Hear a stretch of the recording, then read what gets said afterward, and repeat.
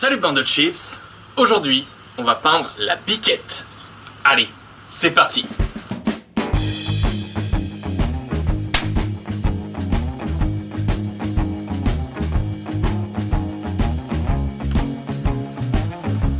Avant la peinture, il y a toujours une étape très importante, c'est évidemment le démontage, qui s'est très bien passé.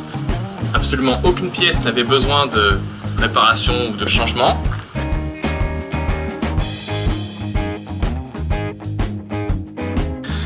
Ensuite, la préparation des pièces, donc brossage intensif et enlevage de toute la graisse. Oui, on dit enlevage si on veut. Ensuite, je me suis occupé des jantes. J'ai enlevé les vieux pneus, j'ai commandé de nouveaux pneus qui devraient arriver bientôt.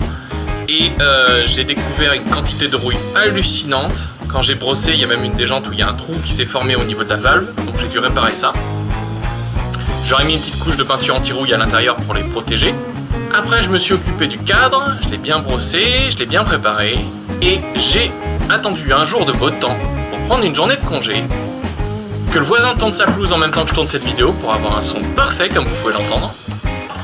Et accrocher tout ça dehors pour la peinture. Très important pour la peinture, la préparation.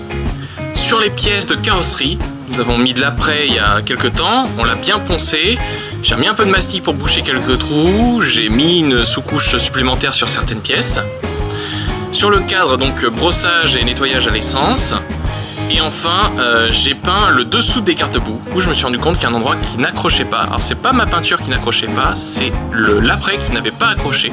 Et lorsqu'on a mis de la peinture dessus, ça l'a détaché. Donc pensez bien, si vous faites pareil, à bien nettoyer vos pièces. Alors moi personnellement j'utilise de l'essence pour la première couche et la deuxième fois que je nettoie juste avant la peinture, j'utilise de l'alcool normal parce que ça s'évapore un peu plus vite, jusqu'à ce qu'il n'y ait plus de traces sur mon chiffon, que ma pièce soit vraiment propre. Au point de vue peinture, pour la partie haute résistance, haute température, donc par exemple à la pipe d'admission, j'ai utilisé du Motip Heat Resistant, on trouve chez Noroto, tout comme ça. Pour l'anti-rouille, j'ai utilisé de la Hammerite direct sur rouille. Et enfin, pour les pièces de couleur, j'ai tenté ça, donc j'ai trouvé ça sur internet. Et je suis très content de cette peinture. Donc là, j'ai pris de la 1 composant et ils font de la 2 composants où il y a une cartouche ici qu'on perce pour mélanger le réactif et le durcisseur, enfin la peinture et le durcisseur.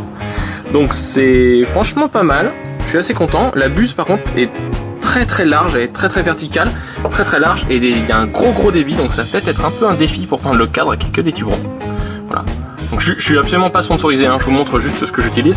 Et pour le gris métal, globalement on en a testé plein dans notre histoire et c'est la peinture pour jantes qui marchait le mieux parce qu'il y a un petit effet vernis sur la fin.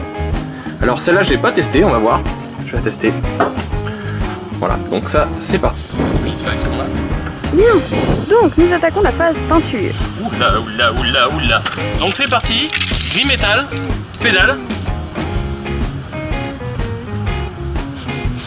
Il y a un peu trop de vent.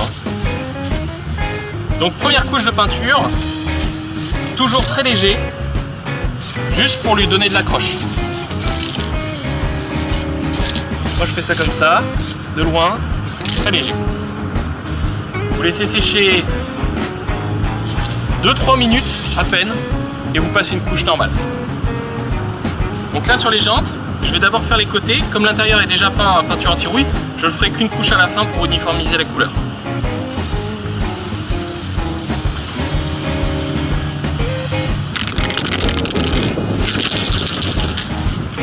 Ok, allez, je vais faire la deuxième couche sur la pédale. Donc la deuxième couche, quand je peins, je commence toujours par les endroits que j'ai oubliés, c'est-à-dire les endroits que je ne verrai pas après. Donc le dessous en général, ou les endroits qui ne se voient pas quand on regarde tout de suite l'objet. Et j'essaye de placer l'objet de façon à ce que les endroits que je ne vois pas quand je peins sont aussi les endroits qu'on ne verra pas quand on utilisera l'objet. Ça va bien peindre le bras.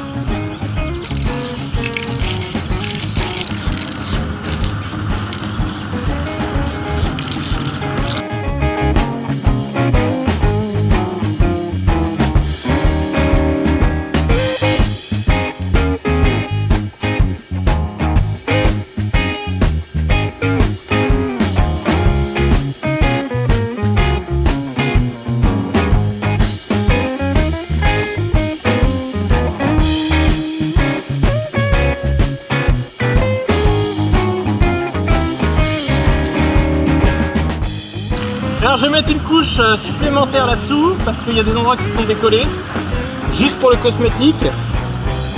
Après je vais laisser un peu sécher, je vais faire ça. Pendant que je fais ça, ça sera un peu séché, je pourrais les retourner. J'en ferai une couche. Après, je vais faire le dessous du réservoir. Une couche au-dessus du réservoir. Et je referai des couches. Allez, c'est parti.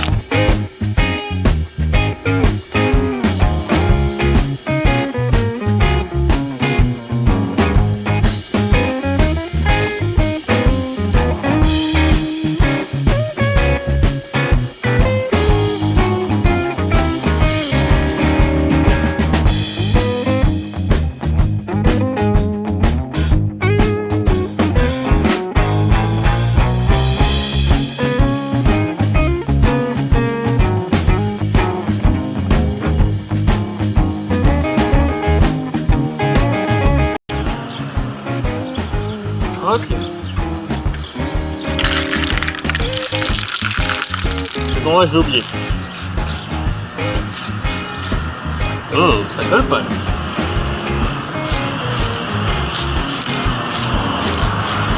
Oh, ça fait des gouttes.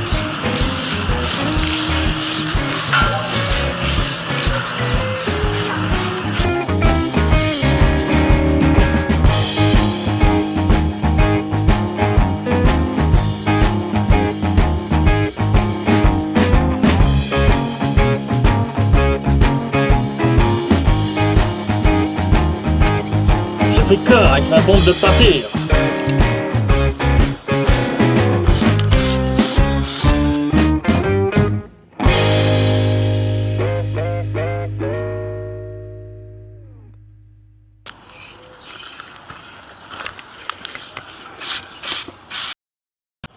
Et voilà, la biquette est peinte. Je suis très content. On est chié et je suis très content. Donc maintenant, vu comme tout est sur support mobile, je pense qu'on va rentrer dans la grange pour que ça sèche doucement, à l'ombre.